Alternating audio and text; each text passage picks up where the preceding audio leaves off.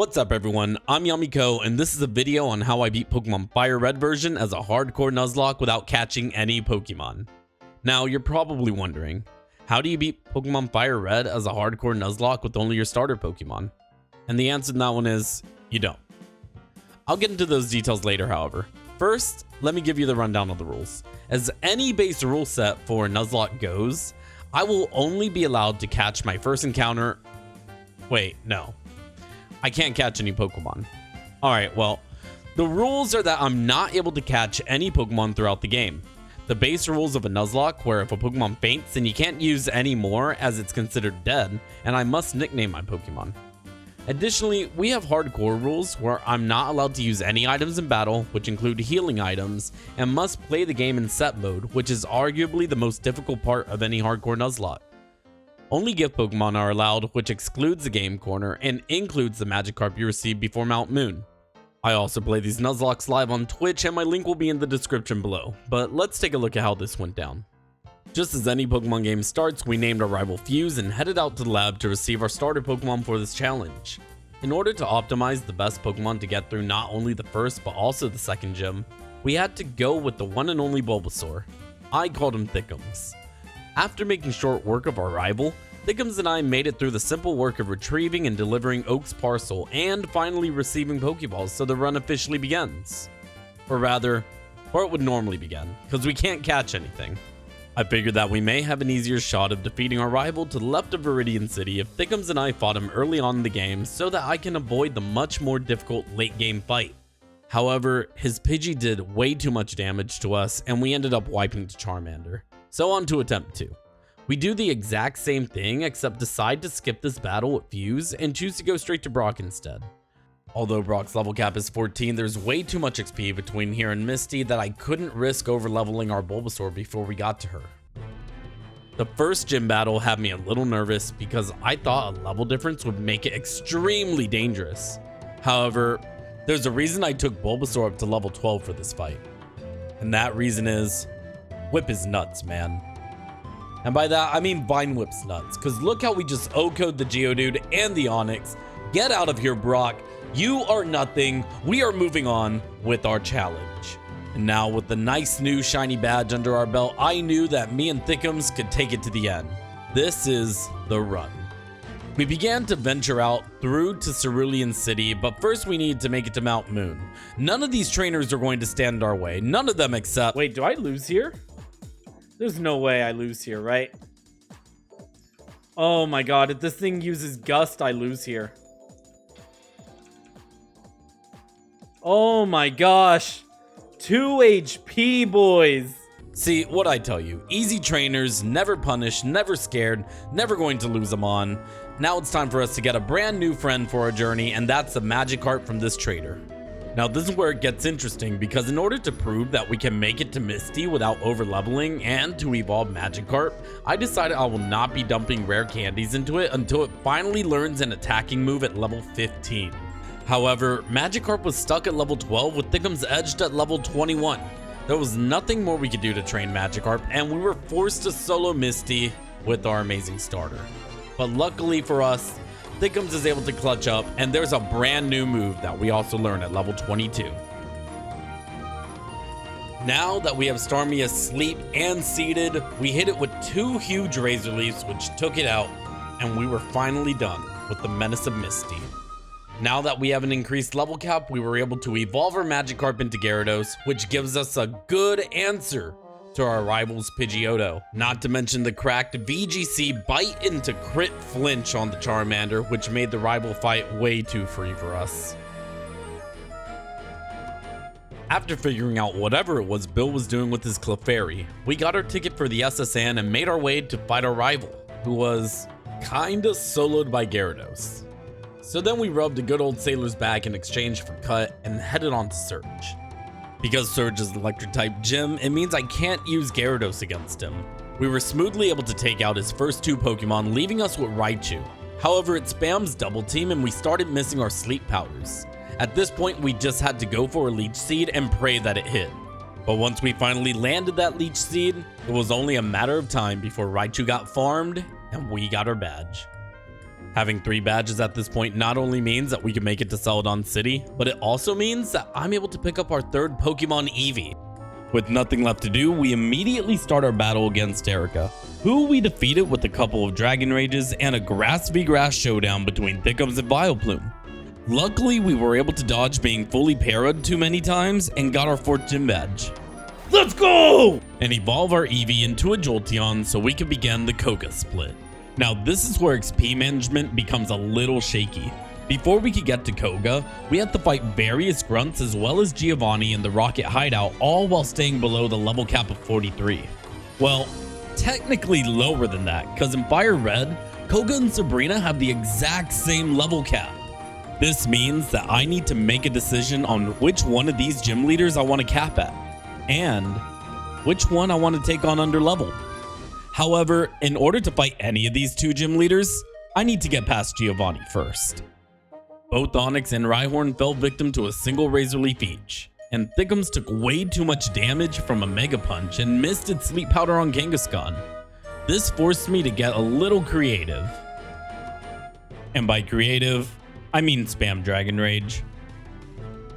And upon Giovanni's defeat, Thickums evolved into a Venusaur and we continued on to Koga. Or so I thought, because we still have unfinished business in Lavender Town, some of which is giving our rival more of a reason to grieve by one-tapping each of his Pokemon that entered the lobby. Jonesy, you're cracked. Fuse, you're boosted. Continued to free Marowak's spirit by killing it again for some reason, and clearing out the grunts of the tower so we finally have access to Fuchsia City. As I got closer to Koga, I came to the consensus that my Pokemon should be around level 40 because I still had to clear out all of Silphco before fighting Sabrina. Needless to say, this was gonna be our toughest gym battle yet. The tricky thing about Koga is that I'm not only under level for the fight, but I only have neutral and resisted moves to use against him. I also can't rely on spamming Dragon Rage anymore due to it taking at least 3 hits to take out 1 Pokemon. But the true icing on the cake was having 2 Pokemon who got toxic with low HP and Gyarados missing every water pulse after a couple of smoke screens. So, like we've done in many gyms before this, we had to rely on the good old Sleep Powder into Leech Seed tech from Thickums again. However, I didn't know that in FireRed, gym leaders actually use full heals to remove statuses from their Pokemon. And because of Smokescreen, I'd be absolutely throwing if I try to go for Sleep Powder. This means I only have 1 play left, and that's to use Cut and Pray. But I also need to remember that Sludge does a lot of damage. But because of Leech Seed, I'm in the clear to fire off 1 more cut and get our 5th gym badge. Hold it, Thickums! You got it, boy! No! Sadly, we couldn't dodge the final crit, but Weezing fell to Leech Seed at the end of that turn and we got our badge. We then take our dead Venusaur to use Cut one last time in order for us to retrieve the old Amber and revive our fossils in Cinnabar. Despite losing Thickums, we were still on a mission to become the champion and we still need 3 more badges for that. But first, we needed to put a stop to Team Rocket once and for all.